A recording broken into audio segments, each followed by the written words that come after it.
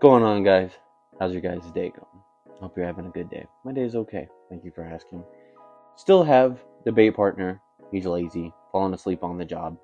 But today's going to be a little bit of a short video. I don't want to spend too much time talking about this. I don't want to confuse you.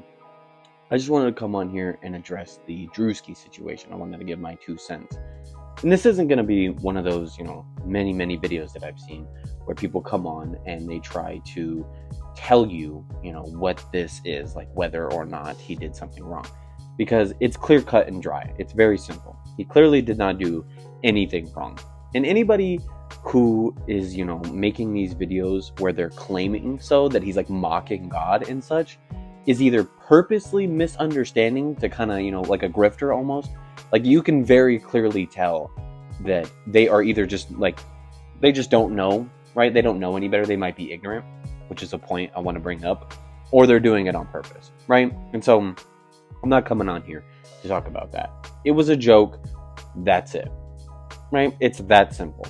And it makes it so funny because Christians have been made fun of in way more severe. I don't want to say worse, but just more vulgar. That's probably the best word. More vulgar ways. Like, the first person that comes to mind is Ricky Gervais, right? He's made jokes about Christians before. And again, they're jokes, right? If you don't like it, go ahead. Keep moving. Keep pushing. That's fine. You don't have to like it. But if this is what is causing you this much, I gotta go on Instagram and talk about it. I can't let Druski, knock down Christianity. No, sorry. Nobody's buying it. It's very clear that people are upset that they are calling out the megachurch pastors because the stuff that they I don't want to get into it. It's already been said. There's already plenty of footage that you can go out there of people like using the Holy Spirit as a superpower. There's this one guy, I can't remember his name. I have to. I'm sorry. I have to talk about it. There's this one guy. I wish I could remember his name. He's on Instagram. And he will have a group of people come up, and he literally will, like, almost like Goku, or like, any other anime character, or just superhero. He will literally go like this and go like that. And the people are like, like, bro, it's, man, it gets me riled up. It really does, because of how ridiculous it is. But the first point I want to talk about is how I said earlier, ignorance. The first thing that comes to mind when I see this much noise and just publicity about something so ridiculous is where 1 Peter talks about spiritual milk. I feel like the church, and when I say the church, I mean Christians, by the way, right? Or just God, right? Yahweh in general. I feel like the church has been so unbelievably babyified, right? To the point where we no longer try to mature ourselves. We really don't. At least, and again, these are my experiences, right? If you have a particular situation, or if you're in a particular church, or if you feel you're mature, right? These things are not about you. That's something that I feel like social media has kind of made people forget. If somebody's not talking about you, they're not talking about you. They're talking about something else. And so I'm specifically talking about the situations where it's very clear that a church, a group of people, right, whatever you want to call it, have not matured. And Paul talks about this, by the way, very, very clearly. It's not, there is no confusion or interpretation to be had. He literally says that he gives us milk the same way you would give a baby, and not solid food. Solid food meaning maturity, right? And so when I see bunch of people coming on here so ready to talk about it, so so much conviction, right? Oh, so ready. All I see is immaturity. And this isn't judgment. This is not judgment. This isn't me throwing stones, oh, you're doing this wrong, you're doing that. That's not what this is. This is meant to be a kind of like a wake-up call. Like, hey, come on, like shake, like, you shake somebody, like, come on, wake up, like, enough is enough, right? And so that's another thing that the whole waking up aspect, because Paul made it abundantly clear how serious he took the way in which the churches go about, right? The early churches. And so when he was writing those letters to those churches, he was not in any way sugarcoating or like almost kind of like gentle parenting. You know how we have gentle parenting now? He was full force. He was very blunt. He was very direct. Hey, knock that off. Hey, stop doing that. You're doing this wrong, and you're doing this wrong because of this. And he would go into great detail about what it is they're doing wrong, right? And he wasn't just bashing them.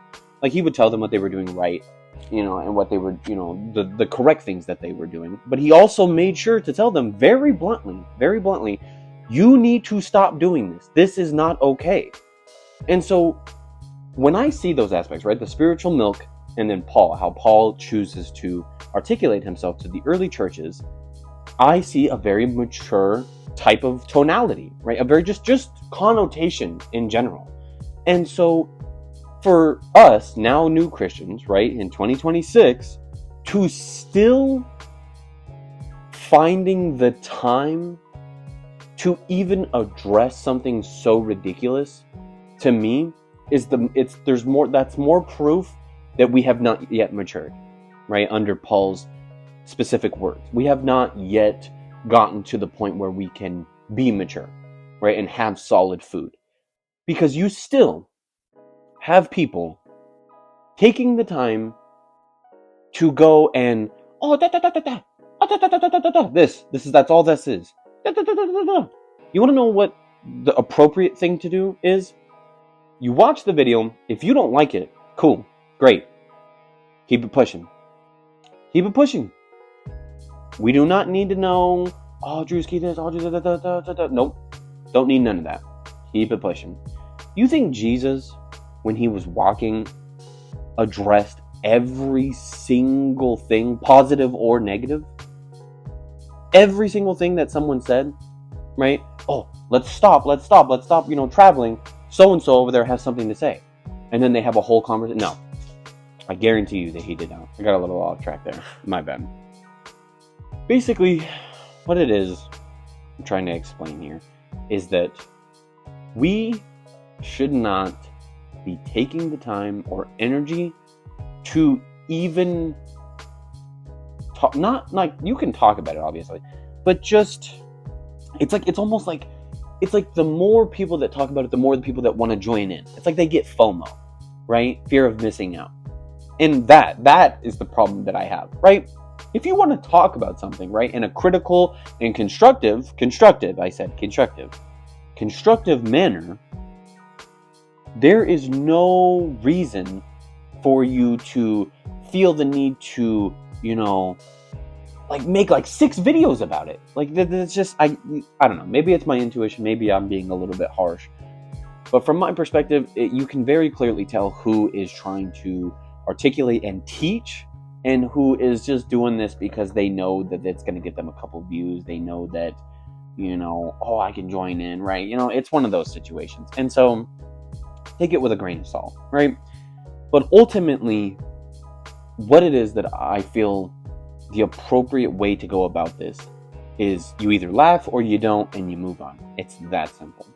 It should not be made to be this big, huge thing. And that's another thing, right? I find it so ironic that people are so willing, as a group, by the way, people are so willing to come together and talk about this thing and discuss it and make videos about it, right?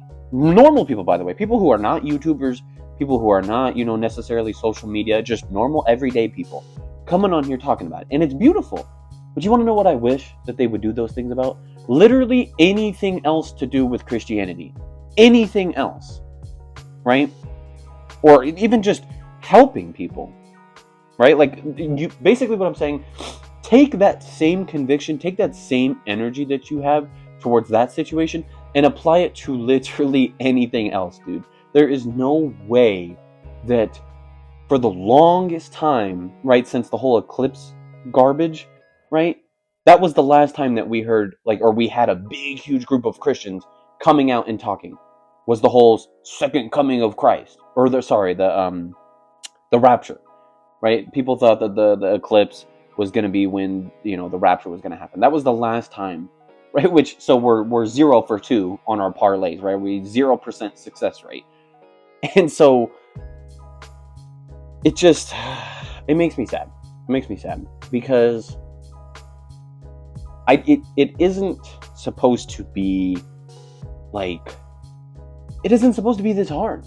It really isn't, right? And we're human, and I know we screw up, and so yeah, that's kind of what's really the main aspect that I wanted to talk about, is maturing as a group, maturing as a church, right? Because everybody already knows that the mega church pastors they're their own thing, dude.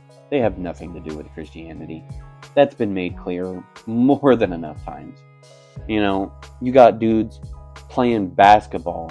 There was this guy that had an entire basketball court made where the stages where the pastor goes up and preaches.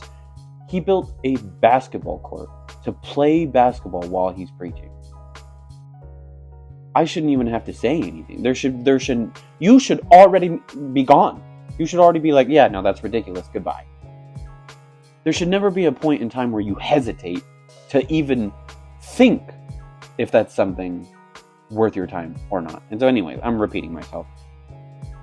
That's all. That's all I wanted to say. If I keep talking, I know I'm going to get into a completely different topic. Said this video was going to be short. Try to make, some more videos, talk about some more things. Let me know what you think down below. Thank you for watching. I hope you have a good rest of your day.